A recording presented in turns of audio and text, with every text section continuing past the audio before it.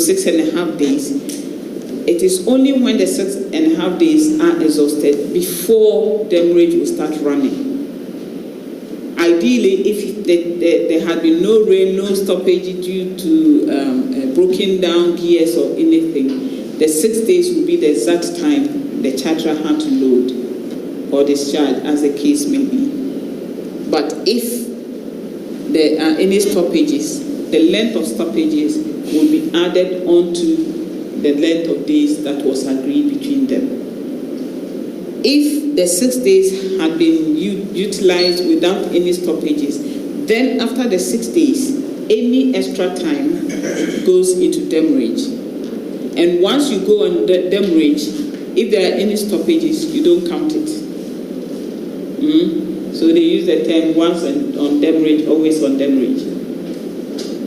That is why when your cargo stays with the shipping lines and it goes into demurrage, they are always, there's that manipulation. They always want the demurrage to come in, delaying you with the processing of your papers. Because once it goes into demurrage, if it stays in demurrage for, let's say, 7 days, you don't say that, because it was raining and therefore the time that it rained, I cannot pay you for that. It doesn't work that way. Once the demurrage starts, it will run continuously for whatever time the expected loading or discharging time is exceeded. Okay. So the charterers are always pressing to get their cargoes off the ship because of this. Because once it goes into demurrage, you have to compensate the ship owner.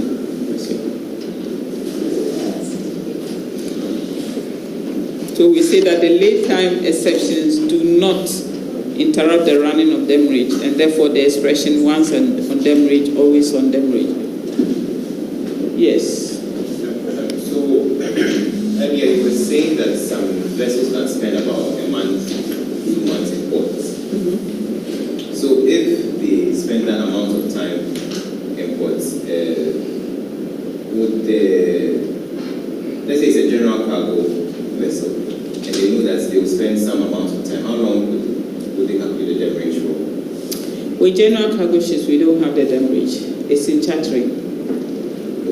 With general cargos, when you hear demurrage, it's usually in the ports, where the shipping lines try to do some business that sometimes is not fair.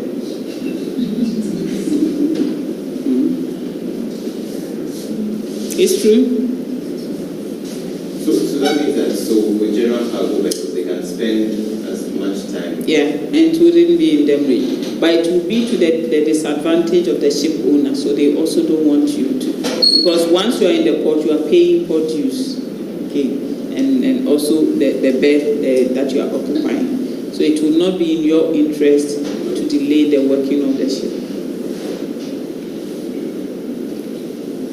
Sometimes when you get to some ports, the delay is intentionally caused by the gangs in the port. It's a business. If they delay you, then they get to work. So they intentionally delay. Now with the time charter, we said that the money paid is called a high, and that is what the charterer will pay the ship owner. The calculation is based on a per ton basis on the deadweight capacity of the ship. So if the deadweight capacity of the ship is, let's say, 500,000 tons, then you have to calculate that amount and pay that amount to the ship owner. Because the ship owner doesn't know how many tons you are going to put in the ship. So he looks at the deadweight carrying capacity of the ship. So if this bottle can carry 0.5, I think they said, is it 0.5 or 0.45? Yeah, half a liter, I think. So if it carries 0.5, then they will calculate its carrying capacity, that 0.5 times whatever figure is agreed. Okay, so that is what they do. Because he doesn't know how much you are going to carry, unlike the voyage charter where you agree on how how much tons he's going to put in the ship. This one, you hire the ship, so what you are going to do with it, he doesn't know. So he would rather charge you based on the carrying capacity of the ship. Okay. And the payments are made weekly or monthly, fortnightly, that is every 2 weeks or every month. And then the dispatch, as I said, is not now being paid. Demurrage, yes, but dispatch no.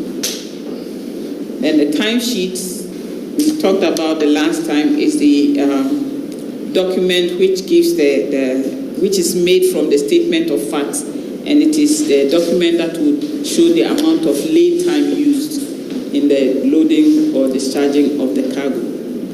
So the timesheet will talk about only the times, stoppages, and starting of the cargo operations. When did they start the cargo operations? When did they stop? And so on. Any delays that are caused, they indicate that on the timesheet. So when you come to calculating the lay time and the demurrage, you would know when to start. The statement of facts is a sheet which looks at all the arrival, departure, loading, discharging, time, import. Whatever you are doing, they will be taking or noting it down. And also the port log. With the port log, as for that, all activities, including even the talks that you take and so on, has to be captured in the port log. It deals with the facts that are germane. With the statement of facts, it's looking at the facts that relate to the lay time calculations. Okay, whereas the port log looks at every activity that goes on in the port.